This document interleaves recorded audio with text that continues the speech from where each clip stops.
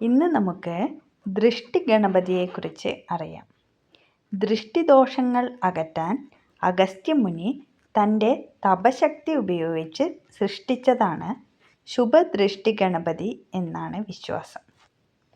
വിഷ്ണുവിൻ്റെ ശംഖും ചക്രവും, ശിവൻ്റെ 3 കണ്ണുകളും, പരാശക്തിയുടെ ത്രിശൂലവും മറ്റ് ദേവതകളുടെ ആയുധങ്ങളും ധരിച്ചുകൊണ്ട് സിംഹത്തെയും മൂഷികനെയും വാഹനമാക്കി താമരപ്പൂവിൽ നിൽക്കുന്ന യോദ്ധാവിനെ പോലെയുള്ള രൂപമാണ് ദൃഷ്ടി ഗണപതി.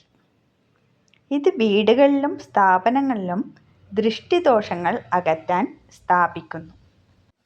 ഈ ശുഭദൃഷ്ടി ഗണപതി രൂപം വീടുകൾ, വ്യാപാര വാണിജ്യ സ്ഥാപനങ്ങൾ എന്നിവിടങ്ങളിൽ എല്ലാ സന്ദർശകരുടെയും കണ്ണിൽ പെടുന്ന തരത്തിൽ വടക്കോട്ട് ദർശനമായി സ്ഥാപിച്ച് നിത്യവും വണങ്ങുന്നത് എല്ലാ ദൃഷ്ടിദോഷങ്ങളും ഇല്ലാതാക്കുമെന്ന് വിശ്വസിക്കുന്നു.